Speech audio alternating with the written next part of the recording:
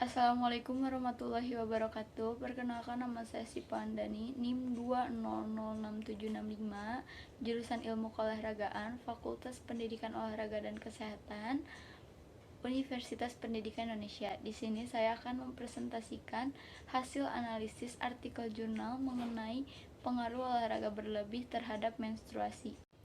Artikel ini dilatar belakangi karena jumlah wanita yang mengikuti kegiatan olahraga dan aktivitas fisik terus meningkat. Walaupun olahraga memiliki banyak manfaat, namun jika dilakukan berlebihan, itu dapat berdampak buruk. Salah satunya gangguan menstruasi pada wanita. Latihan fisik yang berat dapat menimbulkan gangguan pada fisiologi siklus menstruasi. Tujuan saya menulis artikel ini untuk mengetahui pengaruh olahraga terhadap keteraturan siklus menstruasi. Penelitian ini menggunakan metode sekunder, yaitu mencari dan meneliti data dari sumber yang sudah ada. Kalian tahu kan, di masa pandemi kayak gini kita wajib melakukan olahraga, karena olahraga itu memiliki banyak sekali manfaat. Namun, olahraga juga berdampak buruk jika dilakukan berlebihan. Salah satunya dapat menyebabkan terjadinya disfungsi hipotalamus yang menyebabkan gangguan pada pulsasi GnRH.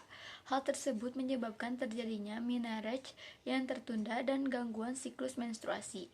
Faktor utama penyebab supresi GnRH pada wanita adalah penggunaan energi berlebihan yang melebihi pemasukan energi pada seseorang yang melakukan olahraga berlebihan. Sejumlah penelitian menunjukkan adanya korelasi antara tingkat latihan dengan perubahan menstruasi, dan mungkin sekali terlalu cepatnya peningkatan intensitas latihan lebih menjadi penentu bagi adanya perubahan menstruasi daripada jarak total ataupun durasi total latihan. Tidak teratur menstruasi atau amenorrhea sering terjadi pada atlet wanita yang terlalu banyak melakukan olahraga namun tidak diimbangi dengan istirahat cukup dan makan makanan bergizi.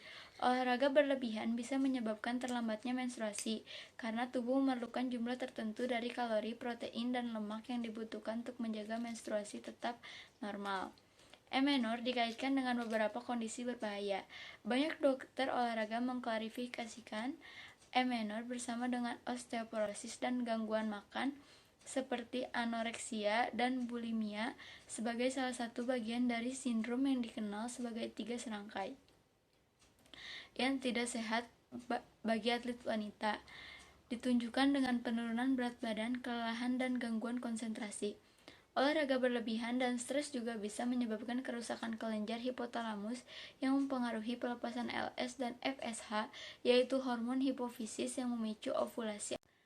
Salah satu penelitian yang dilakukan oleh mahasiswa ilmu kedokteran Universitas Diponegoro dengan memakai metode olahraga aerobik dan anaerobik, kejadian siklus haid yang tidak teratur pada masing-masing olahraga, yaitu aerobik sebesar 48,75% dan anaerobik sebesar 28,75%.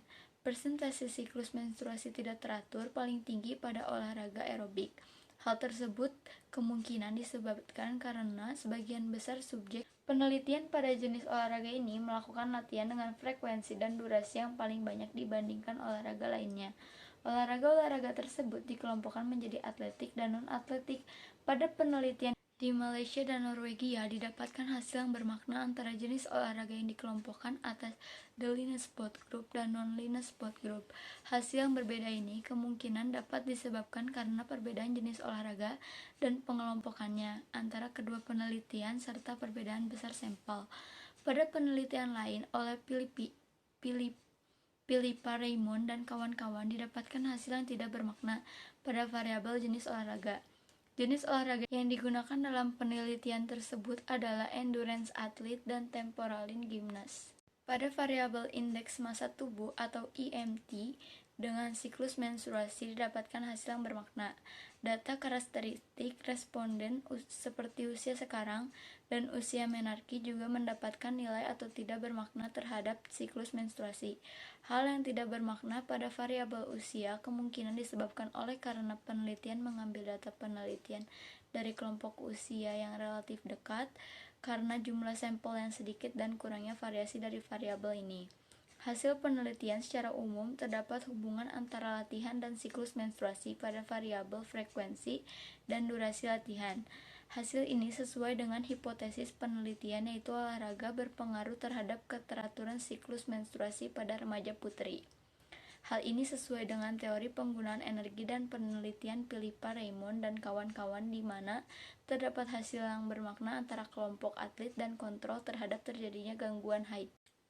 Kesimpulannya, olahraga secara signifikan dapat meningkatkan kualitas hidup dan kesehatan seseorang. Namun, bila dilakukan secara berlebihan dan tidak diimbangi dengan istirahat cukup dan makan makanan bergizi, maka olahraga bisa menyebabkan terganggunya siklus menstruasi. Olahraga berlebihan bisa menyebabkan terlambatnya menstruasi karena tubuh memerlukan jumlah tertentu dari kalori, protein, dan lemak yang dibutuhkan untuk menjaga menstruasi tetap normal. Cukup sekian yang dapat saya sampaikan mengenai pengaruh olahraga berlebih terhadap menstruasi. Mohon maaf jika ada kesalahan dalam penyampaian. Wassalamualaikum warahmatullahi wabarakatuh.